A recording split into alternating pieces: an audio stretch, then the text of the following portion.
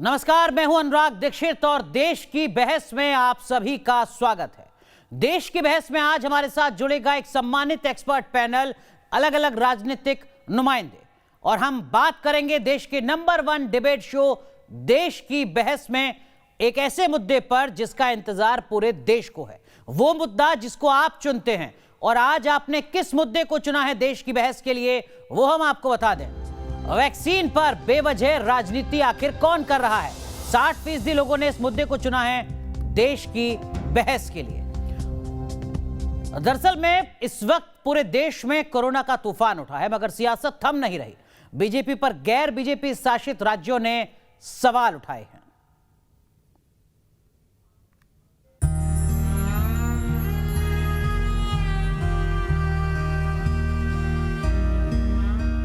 महामारी के महायुद्ध को मात देने के लिए वैक्सीन सबसे बड़ा हथियार बनकर उभरा है। जिस तेजी से कोरोना की सुनामी आई है, उससे निपटने के लिए हर देशवासी को वैक्सीनेशन बेहद जरूरी हो गया है। इसी जरूरत को पूरा करने के लिए केंद्र सरकार लगातार युद्ध स्तर पर प्रयास कर रही है, लेकिन देश में पंजाब, छत्तीसगढ़, राजस्थान जैसे कुछ राज्य वैक्सीन के तीसरे चरण से पहले ही हमलावर हैं। अब भारत सरकार जितने वैक्सीन हमको उपलब्ध कराएगी, हमारी पूरी तैयारी है। जितना वैक्सीन हमको मिलेगा उतना हम वैक्सीनेट लोगों को कर देंगे। दुर्भाग्य से अपेक्षाकृत सहयोग जो केंद्र सरकार का मिलना चाहिए, वो ऐसा लग रहा है कि इस बार सामने नहीं आ रहा। यहाँ पे जो पॉजिटिव केस है उनको उस हिसाब से, उस जो उनकी रिक्वायरमेंट है उस हिसाब से, चाहे वो ऑक्सीजन की डिस्ट्रीब्यूशन हो, चाहे वैक्सीन की हो, चाहे रेमडेसिविर दी हो, ये सारी चीजें इनको सेंटर वाला को पूरे ध्यान में रखना चाहिए। हमको ये जरूरी है। वैक्सीन पर सियासत को धार देते हुए कांग्रेस नेता राहुल गांधी ने ट्वीट कर सभी को मुफ्त वैक्सीन देने की मांग की है। उन्होंने ट्वीट किया, चर्चा बहुत हो चुकी, देशवासियों को वैक्सीन मुफ्त मिलनी चाहिए, बात खत्म।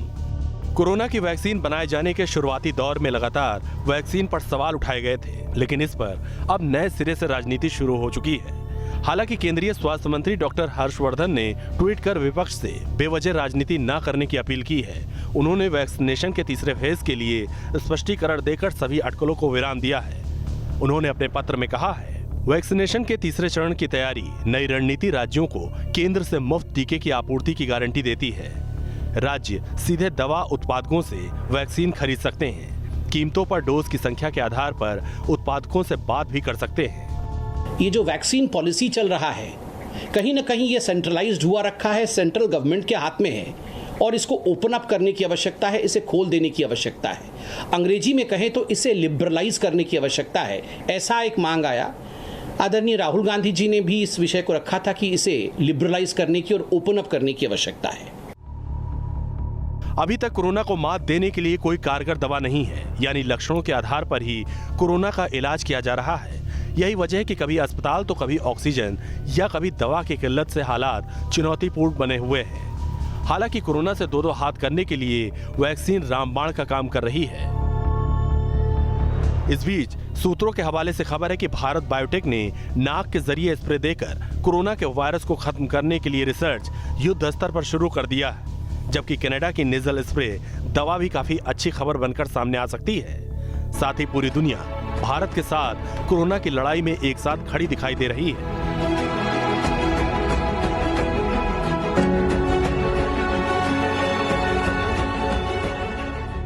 देश की बहस में चर्चा है कि अपने ही देश में पहले वैक्सीन की गुणवत्ता पर सवाल उठाए गए, लेकिन अब वैक्सीन किसको और कैसे मिले, इस पर नए सिरे से बहस हो रही है। क्या महामारी के इस महासमर में अब वैक्सीन को लेकर राजनीतिक हथियार बनाना सही है?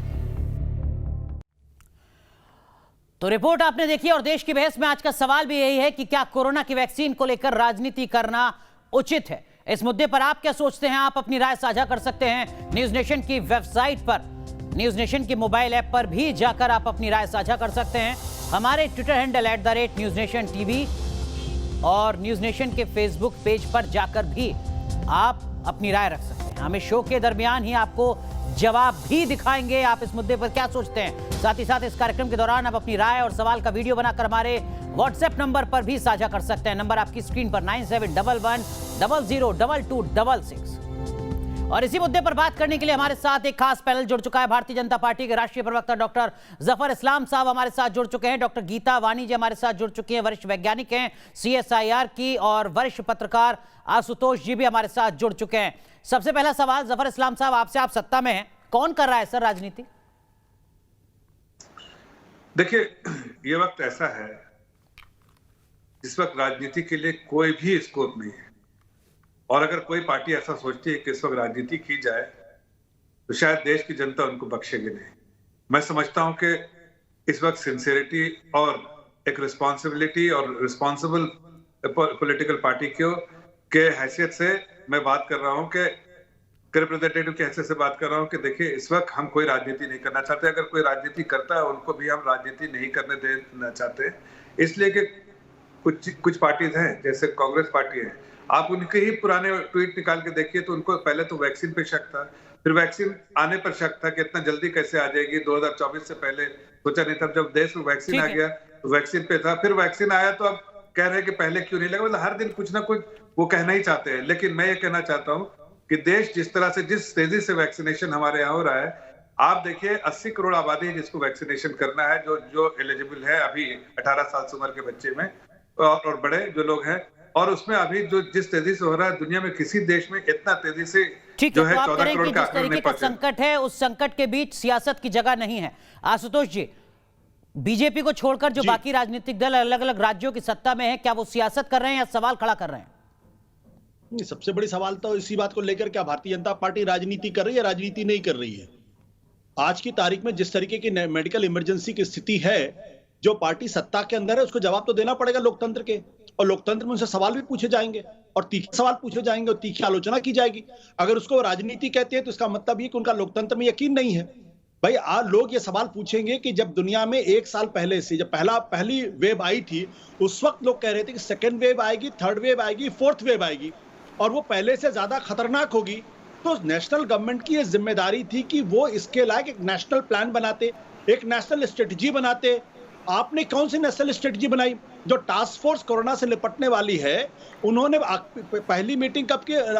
दिसंबर के महीने में मीटिंग की, उसके बाद अप्रैल के मिड में आप मीटिंग करते हैं, और उसके बाद क्या होता है? तब तक भारत के अंदर 2.5 लाख से ज्यादा केसेस आ चुके होते हैं। तो लोग अगर आपसे सवाल पूछेंगे कि भाई ये 2.5 लाख 3.5 लाख केसेस रोज आ रहे हैं, इसकी जिम्मेदारी किसकी है?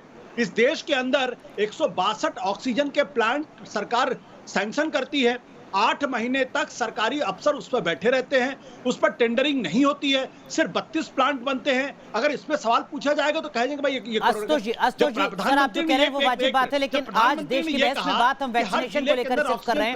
वैक्सीनेशन को लेकर जो राज्यों की तरफ से सवाल उठाया जा रहा है, क्या वो सियासत है या वाजिब सवाल है? थोड़ा वैक्सीनेशन पर ही फोकस रखते हैं सर। आशुतोष सर, माफ कीजिएगा, आपको मैं जवाब देता हूँ।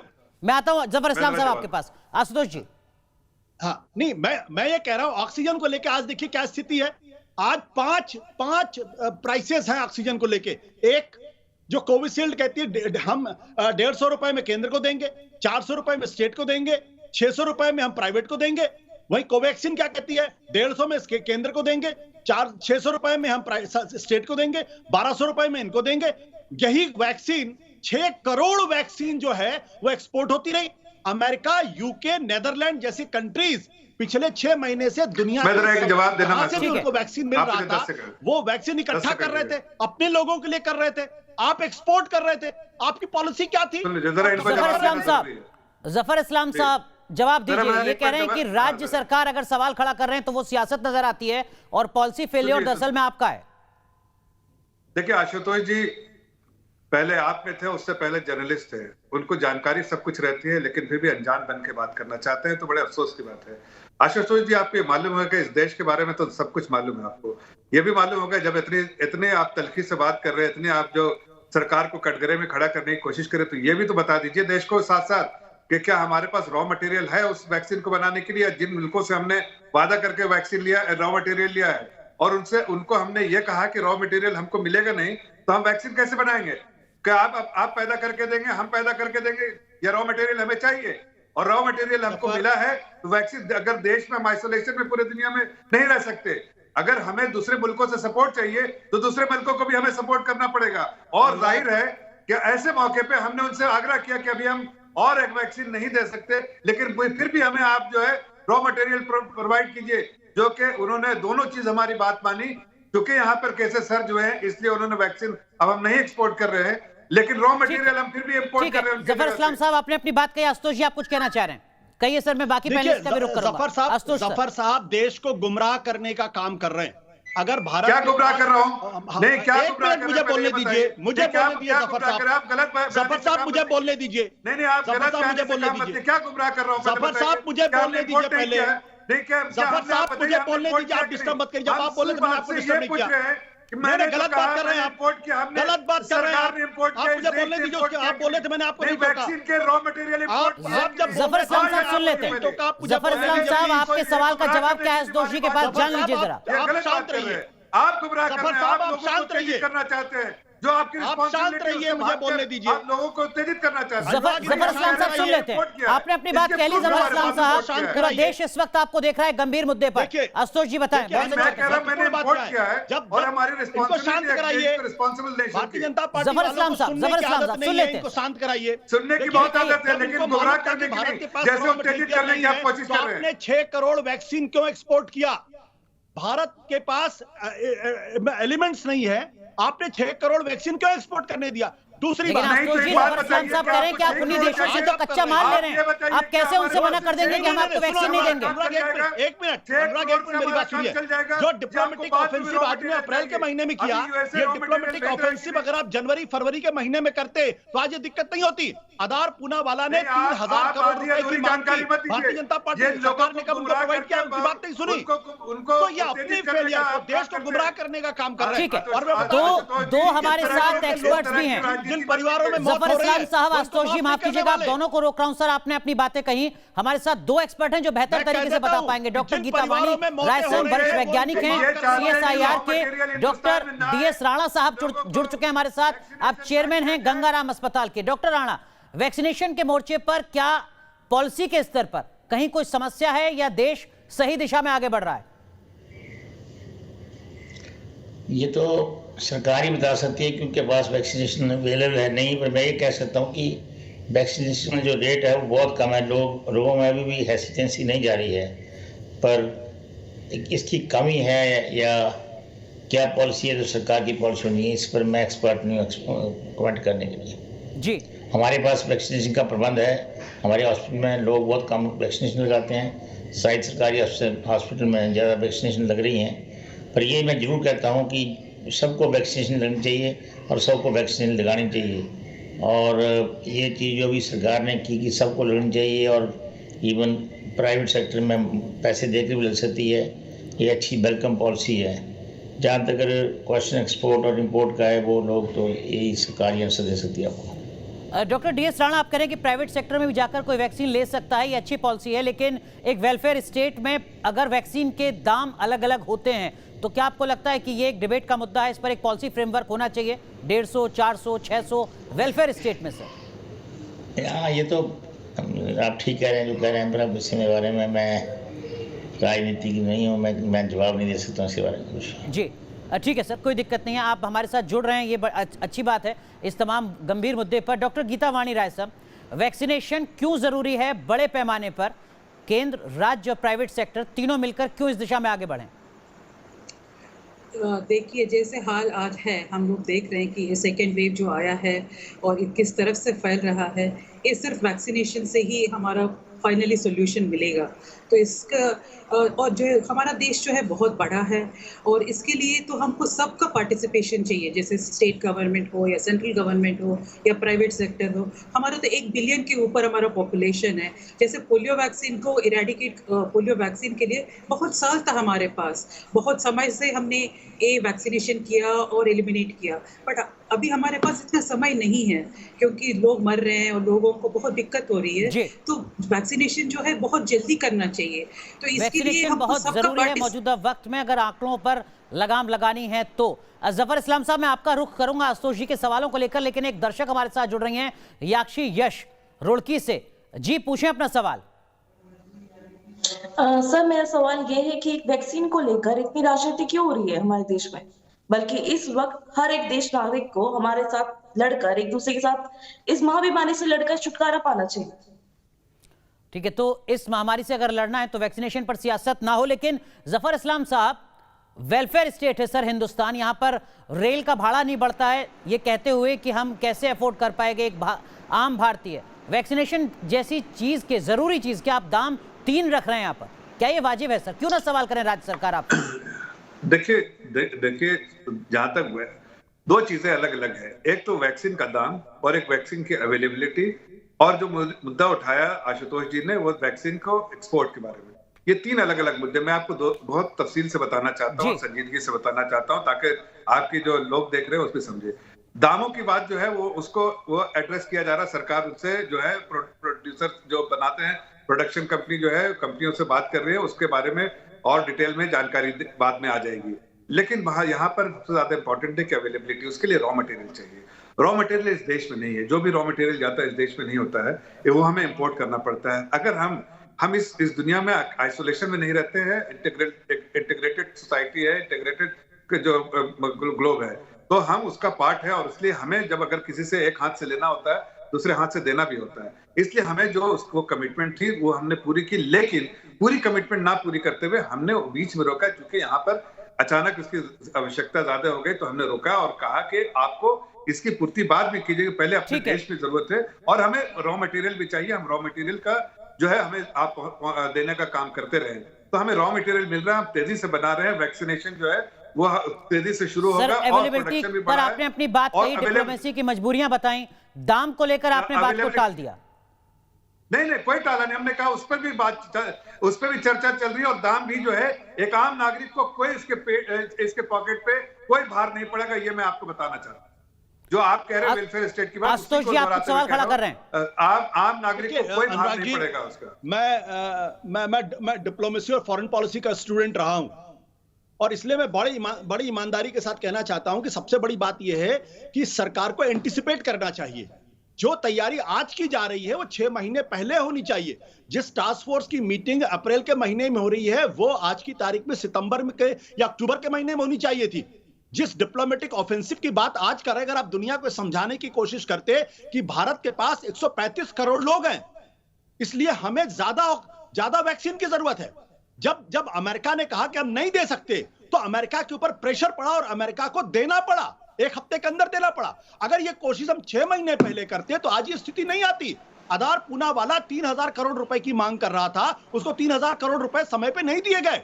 और जो वैक्सीनेशन की बात करते हैं, फ्री वैक्सीनेशन में इस देश में अगर 50,000 करोड़ से ज्यादा का खर्च नहीं आएगा, अगर 50,000 करोड़ रुपए अगर आप खर्च करके वैक्सीनेट करेंगे तो आपकी इकोनॉमी में 3 गुना उछाल आएगा। अगर आप लोगों को वैक्सीनेट नहीं करेंगे तो आपकी इकोनॉमी माइनस में जाएगी। ये प्योर इकोनॉमिक्स का मसला है। अगर आप ये बात समझ में नहीं आती है, जी देखिए, आप तो जफर इस्लाम साहब आप तो खुद आर्थिक मामलों के भी जानकार है सर। जो आशुतोष जी कह रहे हैं वो फैक्चुअली बात सही कह रहे हैं। दूसरी बात ये कि वो देश है सर जहां पर 5-6 लाख करोड़ रुपए का एनपीए होता है, राइट ऑफ होता है। आप वैक्सीनेशन जैसी जरूरी चीज पर ऐसा बड़ा फैसला क्यों नहीं ले पाते?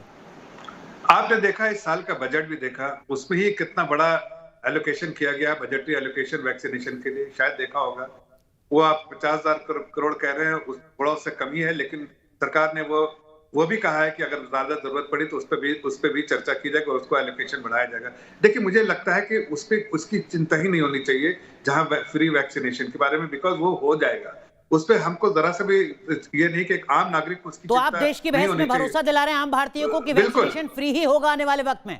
वैक्सीनेशन के लिए जो आम नागरिक के लिए कोई उनके पॉकेट पे कोई भार नहीं पड़ेगा, ये मैं आपको आश्वासन दिला रहा हूं। लेकिन देखिए, लोगों को ये समझना चाहिए, जैसे पढ़े लिखे लोग जो कह रहे हैं फॉरेन पॉलिसी जानते हैं, फॉरेन पॉलिसी के हम स्टूडेंट रहे, लेकिन इस तरह से जो मतलब इस तरह से जो बातें कर रहे हैं, जो लगता है कि सच्चाई से हटके और जिसकी जानकारी ना हो। अरे भाई, अगर फॉरेन पॉलिसी के स्टूडेंट है तो इतना तो समझना पड़ेगा कि हम आइसोलेशन में तो नहीं रहे, हमें भी जरूरत पड़ती है जो चीजों की, तो वो हमें भी लेना पड़ता है और हमें भी रेसिप्रोकेट करना पड़ता है। अगर उस वक्त ऐसा सर्ज होता है तो आज है तो हमने एक्सपोर्ट रोक दिया है, लेकिन हम इंपोर्ट तो करते ही जा रहे हैं। अगर वो रोक देते तो आप क्या यहाँ चिल्लाते नहीं रह जाते कि भाई हमें फॉरेन पॉलिसी कैसी है हमारी, कि हमें तो कुछ मिल नहीं रहा है। अरे भाई, आज हम अमेरिका से भी ले रहे हैं, दूसरे देशों से भी ले रहे हैं, कई देशों से इंपोर्ट हो रहा है, और जिस तरह से पूरी दुनिया की सहायता आ रही है उससे समझ में आता है कि हम आपकी फॉरेन पॉलिसी की जो समझ है वो हो सकता है अच्छी हो, लेकिन आज के संदर्भ में आपको ये कह सकता है कि आप बायस होकर बात कर रहे हैं। आशुतोष जी, जफर इस्लाम साहब कह रहे हैं कि जो इनकी डिप्लोमेसी है फॉरेन की, वो आप समझ नहीं पा रहे हैं शायद। देखिए सर, बुर्ज खलीफा में भी प्रतीकात्मक कहा जा रहा है कि हम हिंदुस्तान के साथ खड़े हैं। देखिए 495 ऑक्सीजन कंसंट्रेटर आ रहे हैं विदेशों से। क्या ईमानदारी की बात क्या है कि देश की सरकार ने एंटिसिपेट ही नहीं किया। 21 फरवरी को भारतीय के राष्ट्रीय अधिवेशन में प्रस्ताव पारित कर दिया गया कि मोदी जी ने कोरोना पे विजय प्राप्त कर ली है। देश के स्वास्थ्य मंत्री कहते हैं कि कोरोना का एंड गेम शुरू हो गया है। यानी आपको अंदाजा ही नहीं था कि कोरोना आने वाला है। जब आपको अंदाजा ही नहीं था तो आप वैक्सीनेशन की पॉलिसी कहां से लाते? कोरोना से लड़ने के लिए जो इंफ्रास्ट्रक्चर, उसके लिए क्या काम करते? ऑक्सीजन के लिए जो प्लांट्स बनाने थे आपने नहीं बनाए। जो प्लांट्स आज आप बनाने की बात कर रहे हैं, हर जिले के अंदर ऑक्सीजन प्लांट, अगर 4 महीने पहले आपने शुरू कर दिया होता, 200 करोड़ रुपए की जगह अगर आपने 400 करोड़ रुपए खर्च कर दिए होते तो आज हजारों लोगों की जान बच सकती थी। मैं बार बार ये कह रहा हूं कि भारत की सरकार ने देश में कितना बड़ा संकट है इसको समझने की कोशिश नहीं की, क्योंकि जब डिसीजन मेकिंग सिर्फ एक आदमी में सीमित हो जाएगा, एक्सपर्ट की बात नहीं मानी जाएगी, विशेषज्ञों को कॉन्फिडेंस नहीं लिया जाएगा, तो यही होगा। मैं जफर इस्लाम साहब की मजबूरी समझता हूं, उनको यहां पे आके डिफेंड करना अपनी सरकार को, लेकिन इनडिफेंसिबल है। 6 महीने पहले इन्होंने क्यों नहीं तैयारी की? जब 97,000 कोरोना के पेशेंट आए थे, उसके बाद लगातार डिक्लाइन हुआ है। अगर आप 6 महीने पहले ऑक्सीजन की प्लांट शुरू कर दिए होते, वैक्सीनेशन को लिए डिप्लोमेटिक ऑफेंसिव किया होता, आज ये नौबत नहीं आती। जफर इस्लाम साहब, मैं आपका रुख करूंगा, लेकिन डॉक्टर DS राणा साहब, क्या आपको भी लगता है सर एक एक्सपर्ट के तौर पर कि कोरोना के कहर को समझने में, पढ़ने में और उसके हिसाब से वक्त रहते एक्शन लेने में हम कहीं चूक कर रहे हैं? हम चूक गए असल में। जो अभी आशुतोष जी ने बताया कि समहाउ जो एक्सपर्ट थे वो नहीं समझ पाए, सरकार ने विजय घोषित कर दी, लोगों ने अपनी जो गार्ड डाउन कर दिए, लोगों ने, सरकार ने भी ज़्यादा इंफ्रास्ट्रक्चर की तैयारी नहीं की और लोगों ने भी सोशलाइजेशन करना शुरू कर दी। सारा जो कोविड अप्रोप्रिएट बिहेवियर था वो बंद हो गया, तो उसकी वजह से सारी सोशलाइजेशन हो गई। और सडनली जब कोविड-2 की लहर आई तो कोई भी तैयार नहीं था, और कोविड-2 की लहर कोई नई चीज़ नहीं थी। ये पता होना चाहिए था कि अमेरिका में आई, अमेरिका को बहुत प्रॉब्लम हुई थी, यूरोप में आई, यूरोप में दोबारा बहुत से देशों ने अपना लॉकडाउन दोबारा किया। तो सम कहीं कोई ना कोई गलती हो गई, उसकी वजह से आज बहुत ज़्यादा ह्यूज गैप हो गया बिटवीन डिमांड एंड सप्लाई। पर मैं ये कहना चाहता हूँ कि अब चलो जो हो गया वो हो गया है, अब तो सारे मिलकर इसको समाधान बिल्कुल आने वाले वक्त की रणनीति पर बात जरूर होनी चाहिए सर। लेकिन एक सवाल और जो यहाँ पर खड़ा हो रहा है वो ये कि कोरोना की इस देश में पहली लहर और दूसरी लहर जो अभी दिख रही है, इसके बीच का जो वक्त था, क्या इसमें हम कुछ बेहतर कर सकते थे हेल्थ इंफ्रास्ट्रक्चर के मोर्चे पर, विजन के मोर्चे पर, पॉलिसी के मोर्चे पर, जो हम शायद नहीं कर पाए? ये रेट्रोस्पेक्टिव थिंकिंग है, पर वैसे पता था कि कोई भी जो महामारी आती है, इस तरह की पैंडेमिक आती है, वो 2-3 साल तक खत्म नहीं होती, इसकी कई लहरें आती हैं। और अभी बड़ा ज़रूरी है कि आगे के लिए, चलो अभी इसको जितने की कोशिश करो, जाहिर कर सकते हैं बहुत लॉस हो रहा है लाइफ्स का, पर आगे के लिए ज़रूरी है नेशन को एक संदेश भेजो कि वो शॉर्ट टर्म में अपना कोविड अप्रोप्रिएट बिहेवियर मेंटेन करें, एक इसमें सेल्फ लॉकडाउन जो है वो करें, और दूसरा सारे लोग जितने लोग वैक्सीनेशन करें। और मैं आपके साथ एग्री करता हूं कि जो लोग अफोर्ड कर सकते हैं वो यूनिफॉर्म तरीके से सारी वैक्सीनेशन का पैसे दे दें, और जहां तक जनरल पब्लिक की बात है जो अफोर्ड नहीं कर सकते हैं उनको वैक्सीनेशन फ्री मिलनी चाहिए, इसमें कोई शक नहीं है। जफर इस्लाम साहब, सुना आपने, देखिए सर गंगाराम हॉस्पिटल के चेयरमैन हैं सर, और वो अपने अनुभव के आधार पर कह रहे हैं कि हाँ गड़बड़ रही है, हम चीज़ों को नहीं समझ पाए वक्त रहते। देखिए, मैं वो डॉक्टर हैं, मैं उन पर कोई टीका टिप्पणी नहीं करना चाहता हूँ या किसी पे भी टीका टिप्पणी नहीं करना चाहता हूँ। मैंने कहा कि इस वक्त पॉलिटिक्स या किस तरह के तर्क और कुतर्क देने का समय नहीं है। ये समय है एक कलेक्टिव एफर्ट्स के लिए, और कलेक्टिवली हमको सबको इस चीज को लड़ना है as a citizen of this country, और उसमें जो जिस तरह से सहायता कर सकता है उसको करना चाहिए। क्रिटिसिज्म के लिए बहुत टाइम रहेगा, आशुतोष जी को राजनीति छोड़ के भी राजनीति करने का बहुत समय मिलेगा, लेकिन आज मैं कहता हूं कि सबको एक साथ एकजुट होकर सारे फोर्सेस को साथ होकर लड़ना चाहिए, इसलिए कि कोरोना में ये महामारी सिर्फ आपको और हमको इम्पैक्ट नहीं कर रही, सारे देश के वासियों को इम्पैक्ट कर रही है। इसलिए कि आपके लिए ये जो आपका जो सोचना है वो सही नहीं है कि भाई आप जो सोच रहे वही सही है, बल्कि ये सोचना भी सही है कि देश में काम चल रहा है और उस देश को जो है सबको मिलकर इस महामारी से लड़के इससे बाहर आना है। हो सकता है बाद में अगर हमसे कुछ चूक हुई है या कोई चूक अगर किसी और से भी हुई है या आपकी समझदारी में कमी है तो उसके बारे में हम चिंता बाद में कर लेंगे, लेकिन आज के दिन उसकी चिंता करने से पहले। आशुतोष जी, आपको लगता है कि सरकार के स्तर पर वैक्सीनेशन के मोर्चे पर कमियां रही हैं, विजन जो होना चाहिए था वो नहीं दिख पाया सर? लेकिन अखिलेश यादव का बयान था 2 जनवरी का जिसमें वो कह रहे कि मुझे बीजेपी की इस वैक्सीन पर भरोसा नहीं है, हम बीजेपी की वैक्सीन नहीं लगवा सकते हैं। राशिद अलवी जो कांग्रेस के बड़े नेता हैं उनका बयान आया जिसमें उन्होंने कहा कि वैक्सीन का विपक्ष के खिलाफ इस्तेमाल हो सकता है। शफीकुर रहमान बर्क साहब समाजवादी पार्टी के वरिष्ठ सांसद हैं, वो कह रहे हैं कि फिलहाल कोरोना वैक्सीन की जरूरत ही नहीं है, मुल्क में ऊपर वाला भारतीयों के साथ है। ये जो इस तरीके के बयान लगातार सामने आते रहे, चाहे वो कांग्रेस, सपा और तमाम बाकी राजनीतिक दलों के, क्या इससे भी कहीं विजन झलकता है या सिर्फ नेगेटिविटी, सिर्फ पॉलिटिक्स? देखिए अनुराग जी, ऐसे नेताओं की वजह से ही देश का बेड़ा गर्क हुआ है। मैं फिर दोहरा दूं, ऐसे नेताओं की वजह से ही देश का बेड़ा गर्क हुआ है। इतनी बड़ी क्राइसिस में एक राष्ट्रीय सहमति बनाने की जिम्मेदारी देश के प्रधानमंत्री की होनी चाहिए। 1939 में जब इंग्लैंड सेकेंड वर्ल्ड वॉर लड़ रहा था तो पूरे देश ने मिलकर विंस्टन चर्चिल को प्रधानमंत्री बनाया, एक राष्ट्रीय सरकार बनाई। जब 1947 में जब देश लड़ रहा था तो जवाहरलाल नेहरू के नेतृत्व में गांधी जी ने कहा कि राष्ट्रीय सरकार बननी चाहिए, इसमें श्यामा प्रसाद मुखर्जी और बाबा साहब अम्बेडकर आए। आज देश के इतिहास की सबसे बड़ी क्राइसिस है। एक राष्ट्रीय सहमति बनाकर, राष्ट्रीय स्तर पर एक नीति बनाकर अगर चलते तो शायद राजनीति कम होती और लोगों का भला होता।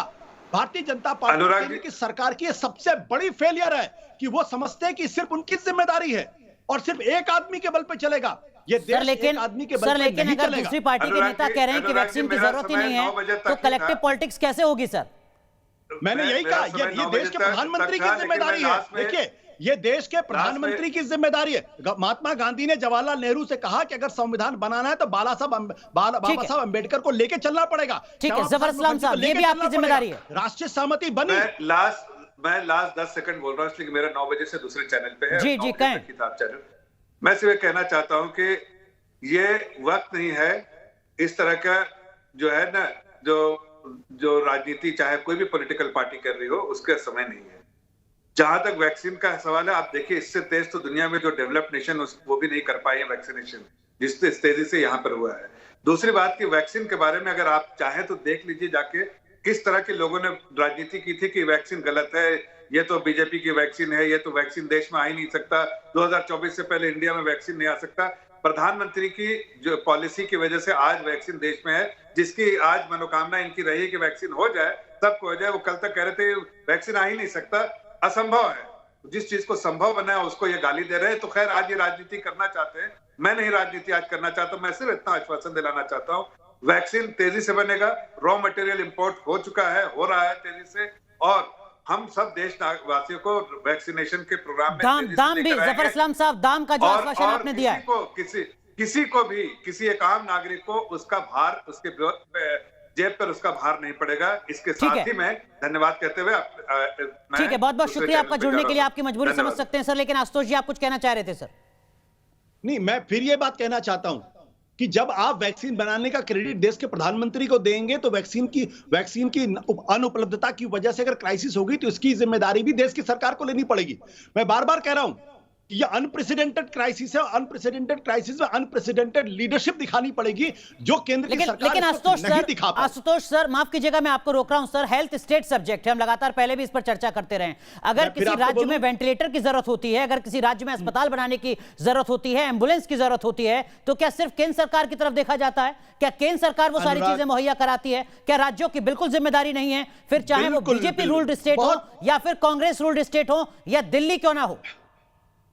अनुराग, बहुत बढ़िया आपने सवाल किया है। अगर हेल्थ स्टेट सब्जेक्ट था तो 24 मार्च 2020 को देश के प्रधानमंत्री ने पूरे देश में लॉकडाउन क्यों लगाया? स्टेट्स पे छोड़ देते, स्टेट्स अपने लेवल पे हैंडल करता। जब देश संकट में हो तो देश के प्रधानमंत्री से उम्मीद की जा रही देश को लीड करे। अगर राज्य अपना काम नहीं कर रहे तो राज्यों से काम करवाएं।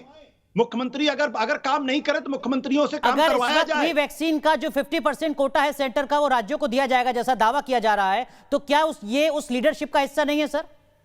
नहीं अनुराग, मैं फिर कह दूं, ये सारी कवायद आज से 4 महीने पहले होनी चाहिए। दिसंबर के महीने में टास्क फोर्स की मीटिंग होनी चाहिए। सारी पॉलिसी फॉर्मुलेशंस क्लियर होने चाहिए, स्टेट के चीफ मिनिस्टर, सारे पॉलिटिकल पार्टीज के लीडर के साथ मीटिंग होनी चाहिए और एक राष्ट्रीय नीति बननी चाहिए। कोई राष्ट्रीय नीति सरकार के स्तर पर नहीं बनी, ये नरेंद्र मोदी की सबसे बड़ी फेलियर है। अनुराग भदौरिया हमारे साथ जुड़ चुके हैं, समाजवादी पार्टी के प्रवक्ता, वो समाजवादी पार्टी जिसके लिए अभी कुछ देर पहले आशुतोष जी आप ही कह रहे थे कि ऐसे ही जो तमाम पार्टियों के नेता हैं उन्होंने बेड़ा गर्क किया है इस महामारी के और ज्यादा बढ़ने के मोर्चे पर। अनुराग भदौरिया साहब, वैक्सीनेशन वक्त की जरूरत है, तमाम जानकार तमाम एक्सपर्ट्स इस बात पर जोर दे रहे हैं, लेकिन सभा के नेताओं के बयान अब तक जो सामने आते रहे उसके बाद क्या आपको लगता है कि वाकई आपने सियासत नहीं की इस मुद्दे पर, आपने नेगेटिविटी नहीं फैलाई इस मुद्दे पर? देखिए, इस मुद्दे पे कम से कम आपको 1000 बार जवाब दे चुके हैं, फिर आज जवाब दे देते हैं, लेकिन जवाब देने के पहले एक चीज और बता देते हैं कि अभी देश के अंदर में जो जरूरत है वो हॉस्पिटल की है, बेड की है, वेंटिलेटर की है और लोगों को ऑक्सीजन समय से मिल जाए इसकी जरूरत है, जिसकी वजह से गंगाराम हॉस्पिटल हो चाहे जयपुर गोल्डन हॉस्पिटल हो जिसमें 20-20, 25-25 लोगों की मौतें हो गई और ना जाने और कितने लोगों की मौतें हो गई। ये सरकार की नाकामी और भदौरिया साहब, आप जो कह रहे हैं वो बिल्कुल सही कह रहे हैं सर, लेकिन एक जानकार आप भी हैं सर, आप भी लगातार एक्सपर्ट को सुन रहे हैं, वैक्सीनेशन की भी उतनी ही जरूरत है। बोलने दीजिए, नहीं सुन, मैं बोल रहा हूँ, मैं उस पर भी आऊंगा, मुझे पूरे बात तो कहने दीजिए। उसकी एक जिम्मेदारी सरकार की होती है, जो सरकार ने अपनी जिम्मेदारी नहीं निभाई केंद्र सरकार ने, और केंद्र सरकार इसको अपना क्रेडिट लेने में लगी थी और अवार्ड लेने में लगी थी कि हमने काबू पा लिया कोरोना पे। आज जो लोगों की मौतें होगी उसके जिम्मेदार कौन होगा ये भी तय कर दीजिएगा प्रोग्राम में जाते जाते, कि जो लोगों के परिवार के सदस्य चले गए सरकार की नाकामी की वजह से, उसकी जिम्मेदारी किसकी होगी। और बार बार मैं आपके चैनलों पे देखता हूं, दिल्ली को इतना दिखाते हो, दिल्ली दिल्ली दिल्ली, तो आप गुजरात क्यों नहीं दिखाते, उत्तर प्रदेश में मौतें हो रही क्यों नहीं दिखा रहे हो आप, महाराष्ट्र में भी दिखाइए, राजस्थान में भी दिखाइए। आप खाली इश्यू को डाइवर्ट मत कीजिए कि माने केंद्र सरकार को बचाने के लिए लोगों की मौतें, हमेशा यही होता है। अनुराग भदौरिया साहब, आपके सवाल के लिए शुक्रिया, लेकिन न्यूज़ नेशन पूरे दिन देखा कीजिए, अब से 1 घंटे पहले का जो कार्यक्रम था उसमें उत्तर प्रदेश की तस्वीर दिखा रहे थे लगातार। आपकी जानकारी के लिए बता रहा हूं सर, सम्मान के साथ। आपने मुझे पूछा है तो मुझे बोलने दो, मुझे बोलने दीजिए। जब यहाँ नोटबंदी हुई थी तो नोटबंदी में आपने कहा कि वहां लाइन लग के लोगों की मौतें हो गई, फिर जब हमने इसमें बोलना शुरू किया, आपके साथ यही है सर, क्या विषयांतर हो जाता है, होगी, छोड़ दो बात। आज देश की बहस में वैक्सीनेशन को लेकर हो रही है, उसके बाद सुन तो लीजिए, उसी मुद्दे पर आप शिरकत करने के लिए आए हैं, उसी मुद्दे पर चर्चा करें तो ज्यादा बेहतर होगा सर। आपने कहा कि हम यूपी की आवाज नहीं उठा रहे, मैं आपको चुनौती दे रहा हूं। अब देखिए न्यूज़ नेशन, आपको उत्तर प्रदेश की कई रिपोर्ट्स लगातार दिखेंगी। प्रभु जवाब दे के जाऊंगा आपके वैक्सीन का, लेकिन मुझे पूरी बात कहने दीजिए। नोटबंदी पे लोगों की मौतें हो गई, जब हमने बोलना शुरू किया तो बोले नहीं तो पुरानी होगी, अब नई बात करो। नई बात पे किसानों की, वहां पे 300 किसानों की, 250 किसानों की मौतें हो गई, अब वो पुरानी बात होगी, नई बात पे आओ। चाइना में, अच्छा चाइना हमारे देश के अंदर घुस गया, भदौरिया साहब शुरू की हमारे मुद्दा वैक्सीनेशन है, नई बात करो। आप कोरोना से सुन तो लीजिए, मैं आ रहा हूँ आपकी बात पे आ रहा हूँ, कोरोना पे आ रहा हूँ सर। कितनी लंबी भूमिका, फिर यहाँ मजदूर पैदल चलते चलते मर गया, फिर मजदूर मर गया आपकी सरकार की गलती की वजह से, बोली उस पर बोलना शुरू किया, नहीं अब तो ये तो हो गया, अब आगे की चर्चा करो। अब कोरोना से लोगों की मौतें हो गई, जब कोरोना से लोगों की मौतें हो गई, अब कुछ दिन बाद बोलना शुरू करना, अब तो मौतें हो गई, अब दूसरी चर्चा करो। अब वैक्सीन की बात बता देता हूँ, मैंने पहले भी बोला था, हमने बोला भारतीय जनता पार्टी के भ्रष्टाचार की जो वैक्सीन है, इनकी जो सिस्टम में भ्रष्टाचार है, जिस तरह से आपने देखा शामली में 3 बुजुर्ग महिलाएं वैक्सीन लगाने गई उत्तर प्रदेश के अंदर में, और कुत्ता काटने वाला इंजेक्शन लगा दिया वैक्सीन की जगह। ये सिस्टम की खराबी है कि नहीं उत्तर प्रदेश में? यहाँ पे आपने वैक्सीन को देखा, यहाँ पीपी किट, जब वहाँ आपात, यहाँ पे कोरोना काल चल रहा था, पीपी किट में घोटाला पकड़ा गया, यहाँ मेडिकल इक्विपमेंट खरीदने में घोटाला पकड़ा गया, यहाँ पे टीचर भर्ती में घोटाला पकड़ा गया। और यही वैक्सीन आपने बनारस में देखा, साइकिल में खुले टेम्परेचर में घूम रही थी। इसके मतलब हम बोलते थे वैक्सीन हमारे वैज्ञानिकों ने तो अच्छी बनाई है, उन्होंने देश के सम्मान के लिए बनाई है, लेकिन भारतीय जनता पार्टी के सिस्टम में अनुराग भदौरिया साहब, अफसोस की बात है कि आपने अब तक उस मुद्दे पर बात नहीं की जिस मुद्दे को मैंने आपसे शुरुआत में पूछा था। क्या आप जैसी पॉलिटिकल पार्टी ने वैक्सीन के मुद्दे पर सरकार के साथ खड़े होने का दम भरा या फिर नेगेटिविटी बढ़ाई? मैं एक बार फिर आपका भी रुख करूंगा, और राणा जी भी हमारे साथ जुड़े हुए हैं, उनसे भी कुछ चीजों को समझने की कोशिश करूंगा एक एक्सपर्ट के तौर पर। लेकिन इस वक्त की बड़ी खबर हम आपको बता रहे हैं, कोरोना वैक्सीन की कीमतों पर मचे सियासी संग्राम के बीच बड़ी खबर आई है। आधिकारिक सूत्रों के हवाले से खबर आ रही है कि सरकार ने वैक्सीन के दाम को कम करने के लिए कहा है। भारत बायोटेक और सीरम इंस्टीट्यूट को दाम कम करने के लिए कहा गया है। आपको बता दें कि 1 मई से 18 से ज्यादा उम्र वालों को वैक्सीन लगेगी, यानी एक बड़ा हिस्सा ऐसा होगा देश की आबादी का जो वैक्सीनेशन के दायरे में आएगा। और इसी के मद्देनजर संभवतः अब केंद्र सरकार की तरफ से ये पहल की जा रही है कि दवा कंपनियों से, वैक्सीन बनाने वाली कंपनियों से ये कहा जा रहा है कि इसके दाम कम किए जाएं, क्योंकि तमाम राज्यों की तरफ से भी अपील की जा रही थी कि वैक्सीन के अलग अलग दाम नहीं होने चाहिए। राज्य सरकारों की तरफ से जो तमाम मांग की जा रही थी उसका अब असर होता दिख रहा है कोरोना की वैक्सीन को लेकर। सूत्रों के हवाले से जो इस वक्त की बड़ी खबर है वो ये कि वैक्सीन कंपनियों को दाम कम करने के लिए कहा है केंद्र सरकार ने। इस वक्त की बड़ी खबर हम आपको बता रहे हैं, 1 मई से 18 साल से ज्यादा उम्र वाले लोगों का वैक्सीनेशन भी होना है, यानी आबादी का एक बड़ा हिस्सा जो वैक्सीनेशन के दायरे में आएगा, लेकिन वैक्सीन की कीमत को लेकर लगातार सवाल भी खड़े होते रहे, सियासत भी होती रही। और इस बीच अब सूत्रों के हवाले से बड़ी खबर, केंद्र ने वैक्सीन कंपनियों को दाम कम करने के लिए कहा है। तो आगे की क्या कुछ अपडेट है वो भी हम आपको बताएंगे। लेकिन डॉक्टर DS राणा सर, आप तो एक्सपर्ट हैं सर, इस वक्त वैक्सीनेशन कितना जरूरी है बाकी हेल्थ इंफ्रास्ट्रक्चर के साथ? जो अनुराग भदौरिया साहब कह रहे हैं कि देखिए ऑक्सीजन जरूरी है, दवाई जरूरी है, बेड जरूरी है, बेशक ये सारी चीजें जरूरी है, लेकिन वैक्सीनेशन कितना जरूरी है? अगर मैं ऑलरेडी वैक्सीनेटेड हूं तो मेरे लिए कितनी बड़ी राहत की बात हो सकती है अगर मुझे कोरोना होता है तो?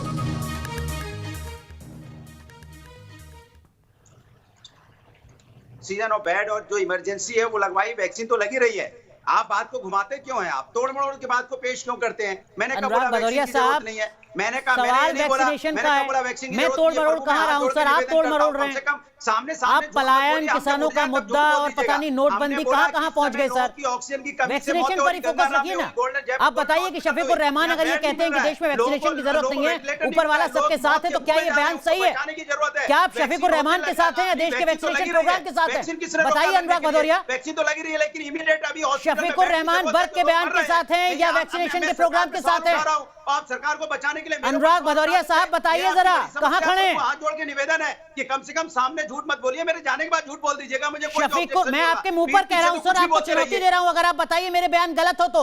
शफीकुर रहमान वर्क के साथ खड़े हैं या देश के वैक्सीनेशन प्रोग्राम के साथ खड़े हैं? आपका बयान गलत है, आपका बयान गलत है। आप कह रहे हैं शफीकुर रहमान वर्क ने नहीं कहा ये?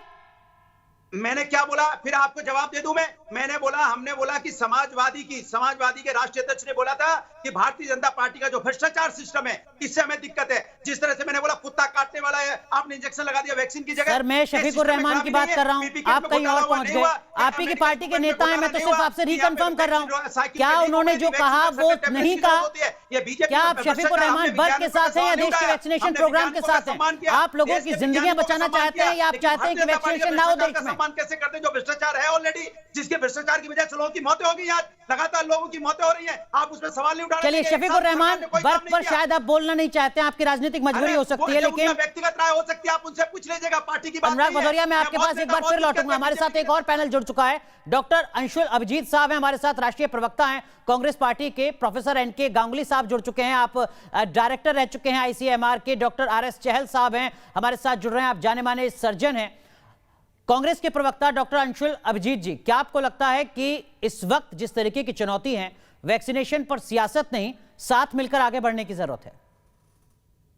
बिल्कुल साथ मिलकर आगे बढ़ने की जरूरत है, लेकिन वैक्सीन पॉलिसी ऐसी है कि वो बिल्कुल गरीब विरोधी है। ये कहा जाता है ना सरकार के बारे में कि ये गरीबों को मारना चाहती है, गुर्बत को नहीं। और वैसे ही इनकी गरीब की यहाँ पर ये वैक्सीन पॉलिसी, मतलब एक तरह की वैक्सीन और 5 अलग अलग किस्म के दाम, मतलब मैं सोच भी नहीं सकता था कि ऐसा वक्त आएगा कि ऐसी वैक्सीन पॉलिसी यहाँ पर।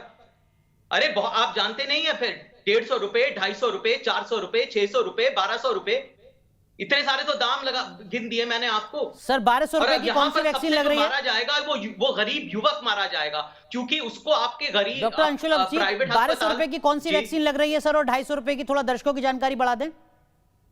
नहीं, अभी आपने वैक्सीन कंपनियों ने ऐलान कर दिया है कि हर तरह की वैक्सीन होगी, और ये अब बार्गेनिंग शुरू हो गई है और सरकार ये कह रही है कि वैक्सीन कंपनियों से कि वो दाम अब कम करें। क्या 1200 रुपए की कोई वैक्सीन लगाएगी कोई कंपनी? क्या इस तरीके की कोई विज्ञप्ति आपने पढ़ी है?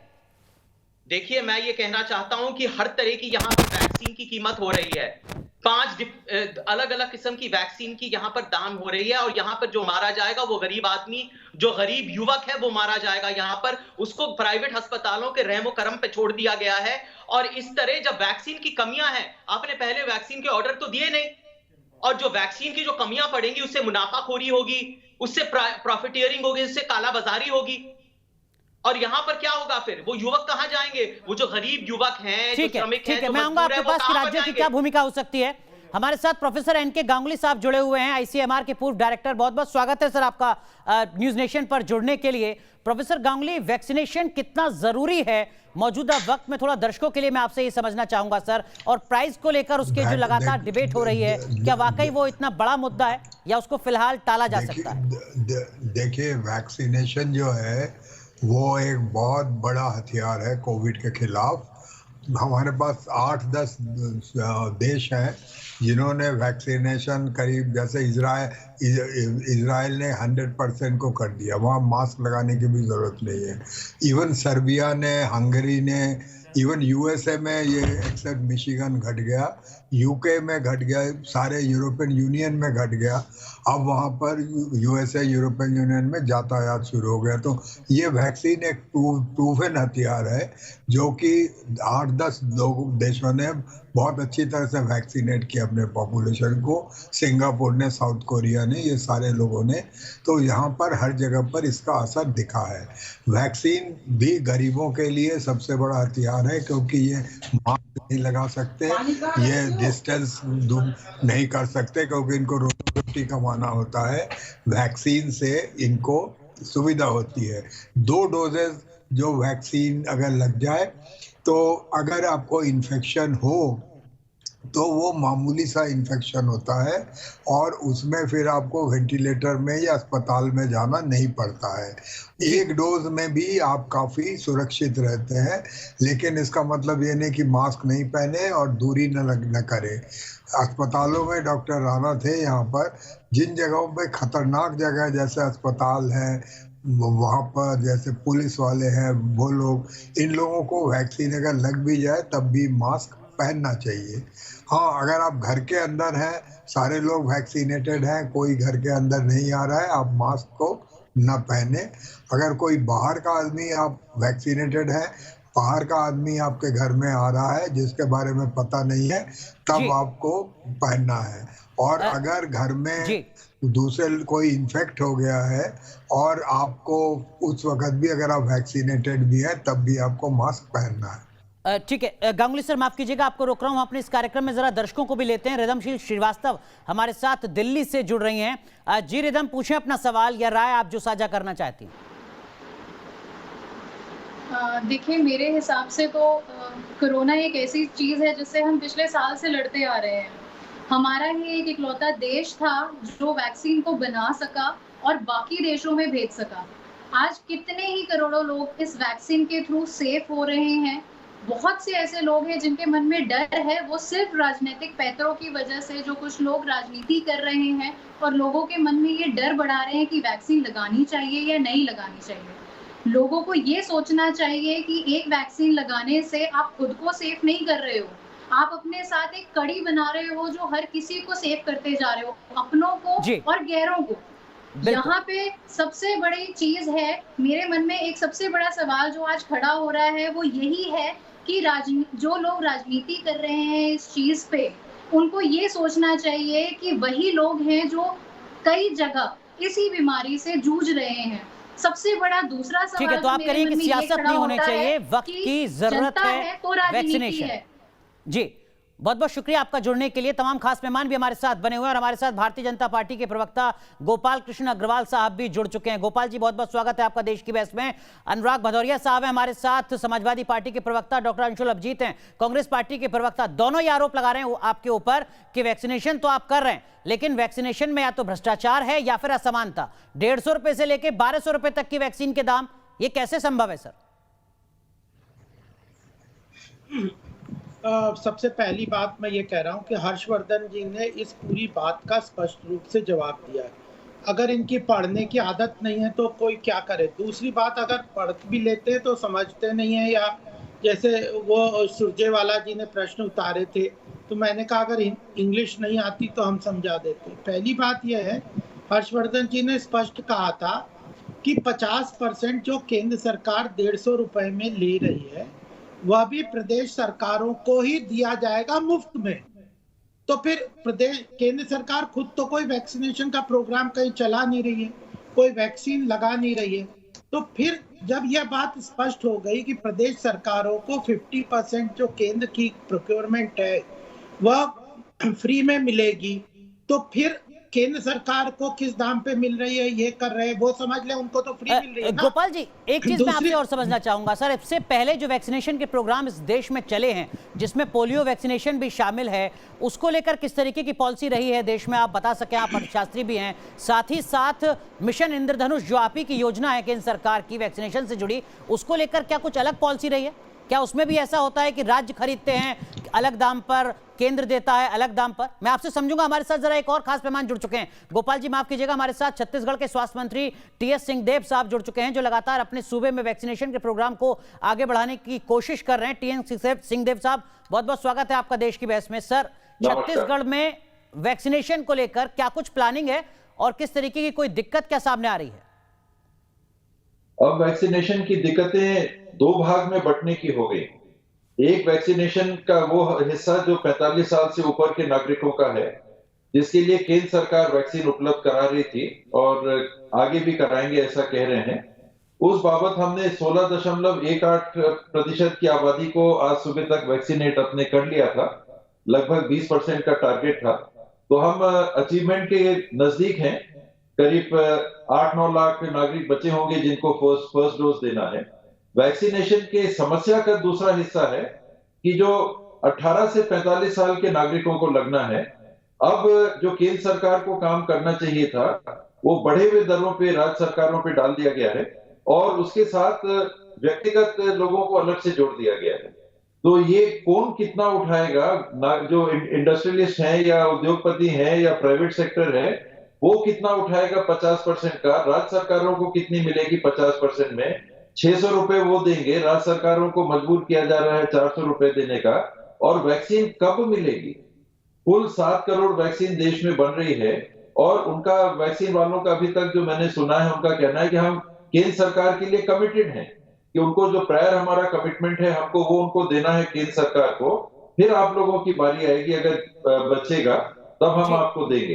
तो 1 तारीख को 18 से 45 साल के नागरिकों को वैक्सीन लग पाएगी कि नहीं, इस पे बड़ा प्रश्न चिन्ह लगा हुआ है। 45 साल से ऊपर वालों के लिए वैक्सीन है और लगती है। का बयान सुन रहे थे, माफ कीजिएगा आपको रोक रहा हूं।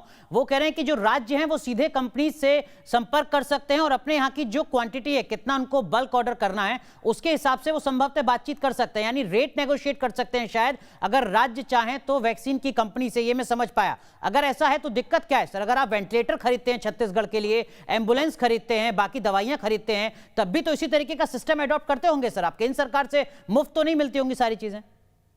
आपको ध्यान में होगा कि शुरू में जब कोरोना आया तो पीपीई किट देश में नहीं मिल रहे थे जी। वो क्यों नहीं मिल रहे थे? राज्य सरकारें खरीद सकती थी, खरीदना चाह रही थी, क्योंकि पीपीई किट्स बन ही नहीं रहे थे उतने। आज हमको कहा जा रहा है कि आप वैक्सीन उठा लीजिए। पहला सवाल जो आप कर ही रहे थे कि राज्य सरकारें क्यों, ये राष्ट्रव्यापी व्यापक आपदा है, बहुत बड़ी त्रासदी है जब अन्य वैक्सीनेशन केंद्र सरकार के माध्यम से होते हैं, और इस कोरोना की वैक्सीन के लिए 30,000 करोड़ रुपए केंद्र सरकार ने अपने बजट में पास भी कराए हैं, तो अब राज्य सरकारों के ऊपर क्यों डाला जा रहा है? दूसरा कि अगर वैक्सीन होगी फैक्ट्री के पास तब तो हम मांगेंगे तो वो देंगे। माननीय हर्षवर्धन जी ने तो हल्के से कह के इसको टाल दिया राज्य सरकारों के ऊपर। यही तो सबसे बड़ी गलती हो रही है। केंद्र सरकार को इस बात को स्वीकार करके कि हमारे देश में क्षमता ही उत्पादन की वर्तमान में 7 करोड़ की है, हम 7 करोड़ लेंगे और 7 करोड़ नागरिकों को प्रतिदिन हम उपलब्ध कराएंगे।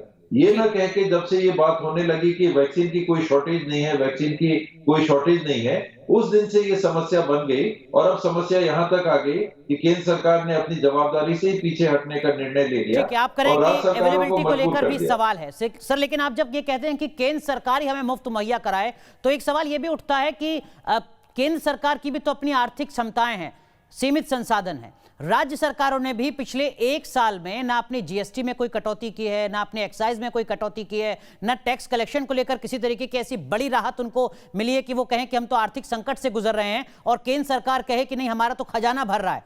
जब केंद्र सरकार के सामने जो आर्थिक चुनौतियां हैं वही चुनौतियां आपके सामने भी हैं सर। जब केंद्र सरकार अफोर्ड करके आपको 50% दे सकती है तो बाकी का 50% आप क्यों नहीं ले सकते हैं? क्या आपने पेट्रोल डीजल के दाम कम किए हैं? क्या आपने बाकी टैक्स को कम किया था कि आपके सामने राजस्व का संकट है? मतलब ये सिर्फ छत्तीसगढ़ के लिए नहीं, पूरे देश के राज्यों के तमाम मंत्रियों से पूछा जा रहा है, सरकारों से पूछा जा रहा है। मेरे को आप एक सवाल का जवाब दे दें कि केंद्र सरकार ने 30,000 करोड़ का बजट में प्रावधान इस साल किया था कि नहीं कोरोना की वैक्सीन खरीदने का, और उन्होंने 30,000 करोड़ में से कितने पैसे खर्च कर दिए हैं? उन्होंने प्रावधान किया था, ये स्पष्ट संकेत थे कि राज्य सरकारों को बजट में प्रावधान नहीं करना है। बावजूद उसके हमारे मुख्यमंत्री जी ने सामने आके ये कहा कि अगर केंद्र सरकार नहीं देगी तो हम वैक्सीन अपने नागरिकों को उपलब्ध कराएंगे और निःशुल्क उपलब्ध कराएंगे, उसमें हम पीछे नहीं हट रहे। लेकिन वैक्सीन होगी तब तो हम खरीदेंगे और नागरिकों को उपलब्ध कराएंगे। दो चीजें। 30,000 करोड़ तो का जो मैं क्या समझ हुआ? पा रहा हूं सर, उसका मतलब यह है कि उपलब्धता बड़ी चुनौती है, दाम में अलग अलग दाम होना बड़ी चुनौती नहीं है। क्यों नहीं है? केंद्र सरकार डीजल पेट्रोल खरीदेगी 10 रुपए में और राज्य सरकारें खरीदेंगी 30 रुपए में। ये कैसे देश की व्यवस्था है? कोई भी वस्तु केंद्र की सरकार खरीदेगी सर, लेकिन उसी पेट्रोल डीजल पर जितना टैक्स आप वसूलेंगे उतना ही केंद्र वसूलेगी। तो सवाल तो आपसे पूछा जाएगा कि आप क्यों नहीं ले पा रहे हैं अपने स्तर पर? नहीं, लेने की बात नहीं है। मैंने तो पहले ही कहा कि सामग्री है कहां। ठीक है, आप उपलब्ध, बिल्कुल ठीक, वही बात जो मैं आपसे समझना चाह रहा था। आप कह रहे हैं कि छत्तीसगढ़ की राज्य सरकार ने वादा किया है अपनी जनता से कि वो मुफ्त में वैक्सीनेशन देंगे, लिहाजा दाम बड़ा सवाल नहीं है, सवाल इस वक्त वैक्सीनेशन की उपलब्धता का है। बहुत बहुत शुक्रिया सर आपका जुड़ने के लिए देश की बहस में, बहुत बहुत धन्यवाद। यहाँ रुक रहे हैं एक छोटे से ब्रेक के लिए, लेकिन जो सवाल छत्तीसगढ़ के स्वास्थ्य मंत्री ने खड़े किए हैं उनका जवाब लेंगे बीजेपी के प्रवक्ता से। तमाम खास मेहमान भी हमारे साथ जुड़े हुए हैं। एक छोटा सा ब्रेक, तुरंत हाजिर हो रहे हैं।